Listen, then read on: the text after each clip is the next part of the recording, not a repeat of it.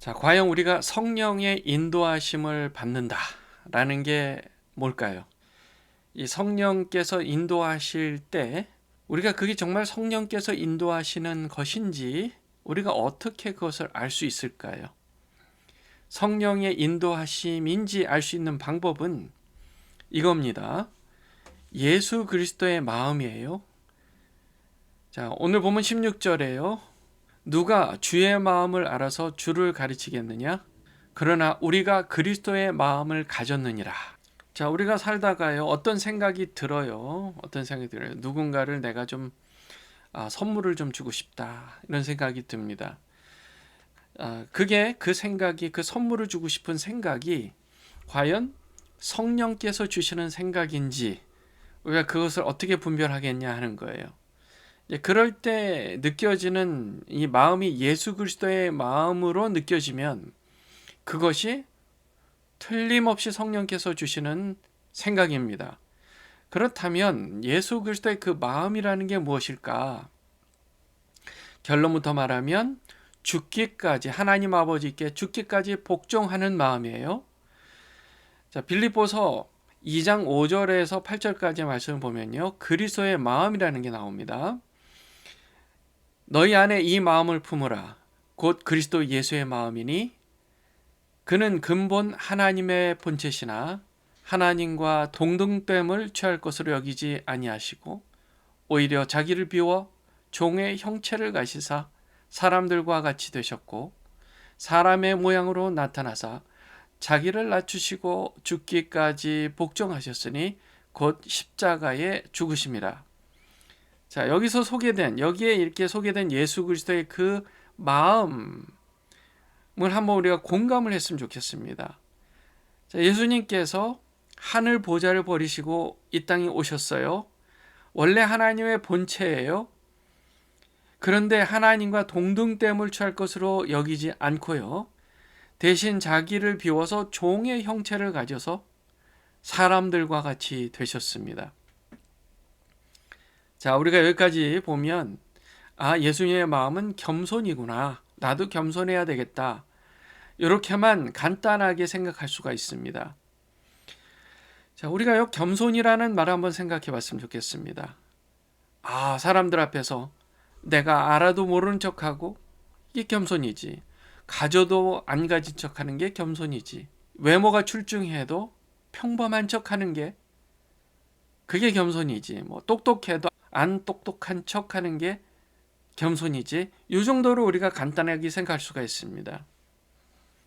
이렇게 겸손이란 말을 우리가 이렇게 쉽게 이해하는데요. 자, 예수님의 마음에서의 겸손은 조금 더 깊이가 있어요. 아니요, 많이 깊습니다. 예수님께서 스스로 자기를 낮춰서 하나님의 보좌를 버리시고 성육신하여 이 땅에 사람의 몸으로 나타나신 것은 내가 겸손해야지 해서 그렇게 하신 게 아니에요. 예수님의 마음에는 중대한 목적이 있었어요. 십자가의 죽으심이었습니다. 왜요? 그것이 아버지의 뜻이었기 때문입니다. 온전히 하나님 아버지의 뜻을 따라 세상을 구원하시기 위해서 오직 그 목적을 위해서 하늘 보좌를 버리시고 종의 형상으로 이 땅에 사람의 몸을 입고 오신 거예요. 그래서 예수님께서 보여주신 이 겸손이라는 것은 하나님 아버지의 그 막중한 목적, 하나님 아버지 그분이라는 그 막중한 목적이 마음속에 있었던 거예요. 사람들이 겸손해서 내가 훌륭한 인격자로 그렇게 칭찬받아야지, 인정받아야지, 이런 목적이 없어요. 예수님의 겸손에는 그런 이유가 없어요. 사람들한테 칭찬받아서 훌륭한 사람이라고 높여줘야지, 이런 마음이 전혀 없어요. 그냥 오직 목적은 하나님 아버지예요. 아버지의 뜻을 따라 행해야 할 일이 있었기 때문에 그 엄청난 일을 하신 거예요. 정리하자면 예수 그리스도의 마음을 갖는다는 것은 하나님 아버지를 위해서 죽기까지 복종하겠다라는 뜻입니다. 예수 믿고 우리가 구원받은 사람, 우리의 겸손은 하나님 아버지께 죽도록 복종하겠다 라는 마음에서 나오는 행동들이에요. 지금 우리가 얘기한 그리스도의 마음, 예수님의 그 마음을 사도 바울이 말하면서, 그렇기 때문에 우리는 그러면 어떻게 해야 되느냐? 그것을 빌립보서 2장 12절에 이렇게 말씀합니다. 그러므로 나의 사랑하는 자들아, 너희가 나 있을 때뿐 아니라 더욱 지금 나 없을 때에도 항상 복종하여 두렵고 떨림으로 너희 구원을 이루라. 하나님 아버지를 너무 사랑해서 두렵고 떨림으로 그분을 위해 복종하는 거예요. 죽기까지 순종하는 거예요. 어떻게 하면 하나님과 하나님 아버지와 내가 영원한 나라에서 살 수 있을까? 혹시 내가 구원을 잃지는 않을까? 그런 마음으로 두렵고 떨림으로 하나님 아버지께 순종하며 사랑하는 그 마음을 품고 살아나는 거예요. 그게 그리스도의 마음을 품고 사는 사람입니다. 사람이 어떻게 생각할까? 사람들이 나를 어떻게 평가할까? 내가 사람들보다 더 나은 사람이 되려면 어떻게 해야 할까? 이런 생각을 하는 게 아니라, 그리스도의 마음이라는 것은 어떻게 하면 하나님 아버지의 그 뜻을 내가 죽기까지 복종할 수 있을까? 그게 그리스도의 마음이에요. 즉, 내 마음과 목숨과 뜻을 다해서 하나님 아버지를 철저히 사랑하는 마음이 그리스도의 마음이에요. 이런 그리스도의 마음을 품는 사람이 성령의 인도하심을 쉽게 알아차릴 수가 있어요. 아, 나한테 주신 이 생각, 누구한테 선물을 줘라 하는 마음이 내가 이게 지금 성령께서 인도하시는 마음인지 아닌지 그것을 분별하게 된다는 거예요. 내가 그 사람에게 선물을 줌으로써 그 사람이 나를 좋아하게 만들어야지, 이런 생각이 아니라, 하나님 아버지께서 지금 저분을 너무 사랑하셔서 지금 저분한테 선물을, 이것을 주기를 원하신다. 그래서 내가 나의 소중한 것을 희생해서 그 사람에게 선물로 주는 거예요. 이게 바로 하나님의 마음을 품고 사는, 성령께서 인도하시는 사람이라는 거예요. 그러니까 삶의 목적이 하나님 아버지께 완전히 고정되어 있는 거예요. 내가 어떻게 하면 오늘 이 밥을 먹는 데 있어서도, 이 밥 먹는 것까지도 하나님 아버지의 뜻을 따를 수 있을까? 하나님, 제가 오늘 점심에 무엇을 먹길 원하세요? 아침에 무엇을 먹길 원하세요? 하나님, 제가 오늘 누군가를 만납니다. 대화를 나누는데 하나님 아버지의 그 뜻을 죽기까지 복종할 수 있는 그런 기회가 될까요? 거기에 마음을 완전히 고정한 그런 사람들은 성령께서 그 마음을 감화 감동하셔서, 이게 바로 성령께서 주시는 생각이구나 라는 것을 아주 명확하게 알아차릴 수가 있는 겁니다. 자, 그러면 우리가 여기서 우리 자신에게 아주 중요한 질문을 하나 해야 돼요. 여러분은 성령의 인도하심을 따라 살기를 원하세요? 예, 그렇다면 이유가 뭡니까? 왜 성령의 인도하심을 따라 살기를 원하세요? 가만 생각해 보니, 그래야 하나님께서 주시는 복을 누릴 수 있을 것 같아서요. 일단 그렇게 생각하면 하나님 아버지를 사랑하고 그분의 뜻에 복종하기 원하는 마음에서 지금 멀어지고 있는 거예요. 그러면 그리스도의 마음에서 멀어지고 있는 그 마음 때문에 성령님의 인도하심을 경험할 수가 없는 것입니다. 성령님의 인도하심을 따라 살기를 원하는 이유는 성령께서 알려주시는 하나님 아버지의 뜻을 알기를 원해서, 왜요? 그 뜻을 알아야 하나님 아버지의 그 뜻에 순종할 수 있잖아요.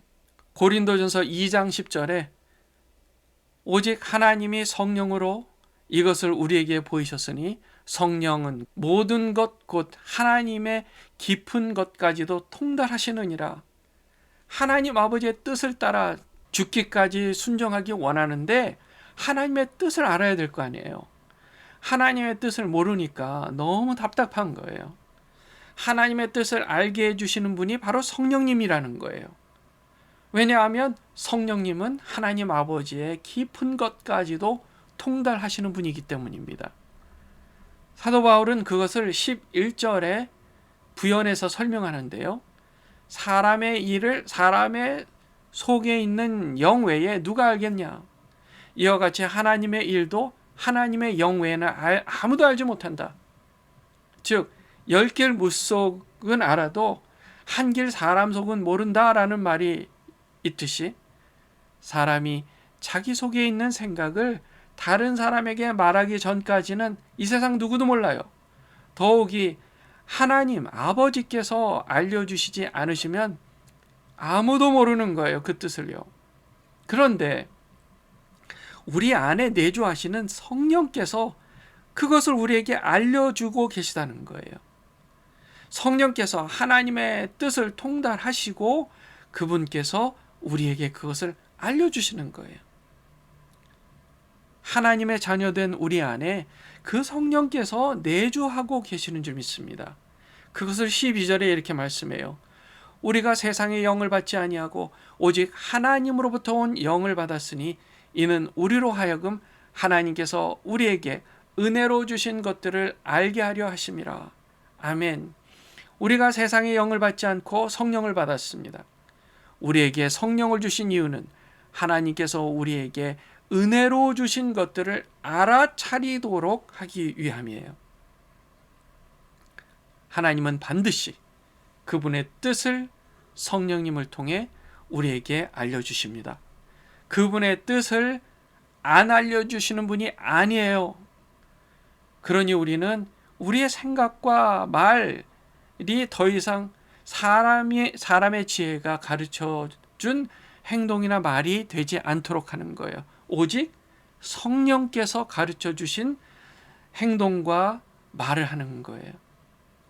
13절 우리가 이것을 말하거니와 사람의 지혜가 가르친 말로 아니하고 오직 성령께서 가르치신 것으로 하니 영적인 일은 영적인 것으로 분별하느니라. 반대로 성령을 알지 못하는 사람은 육에 속한 사람입니다. 육에 속한 사람은 하나님의 일을 알지 못하기 때문에 성령을 따라 사는 사람들에 대해서 어리석다고 생각하는 거예요.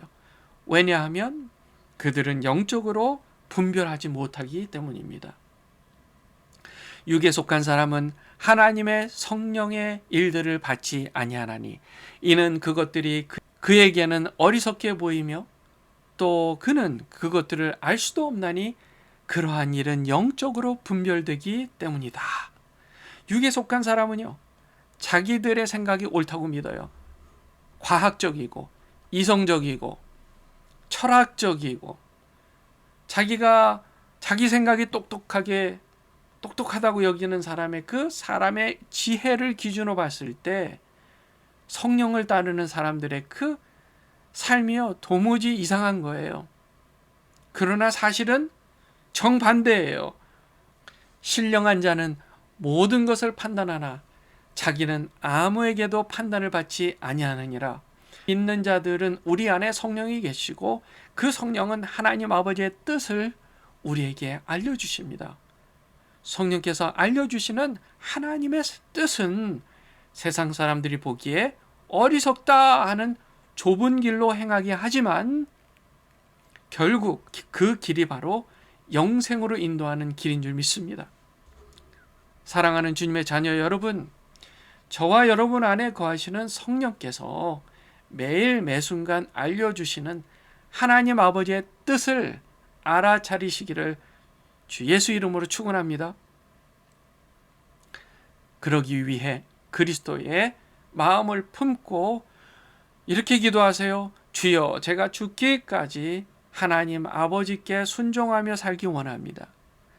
하나님 아버지의 뜻을 저에게 알려주시옵소서. 성령님께서 저에게 알려주시옵소서. 제가 주의 뜻을 따라 죽기까지 순종하겠습니다. 그렇게 기도하심으로 세상이 알 수 없는 놀라운 지혜와 명철을 경험하며 하나님 아버지를 영화롭게 해드리기를 주 예수 이름으로 축원합니다. 기도하겠습니다.